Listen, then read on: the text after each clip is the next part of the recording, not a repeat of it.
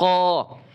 তাহলে এইখানে ওয়াকফ করার কারণে এক জবর সরে যাবে এবং বাকি থাকবে এক জবর, আর সেখানে এক আলিফ পরিমাণ টেনে পড়তে হবে। সেই মদটার নাম হচ্ছে মদ্দে ইওয়াজ। আমরা এক কথায় বলতে পারি, যেখানেই দুই জবর আছে আর সেখানে যদি ওয়াকফ হয় তাহলে আমাদেরকে এক আলিফ পরিমাণ টেনে পড়তে হবে। তা উচ্চারণটা আমরা করতেছি, কা দিহা ক এক আলিফ টান হবে, কা দিহা ক।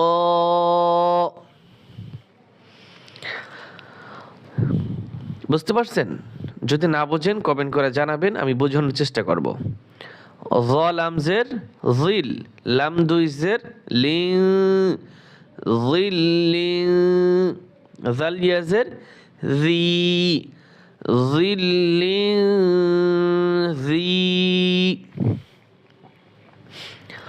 নুন ফা জবর নফ, সিন আলিফ দুই জবর সাং, নফ সাং।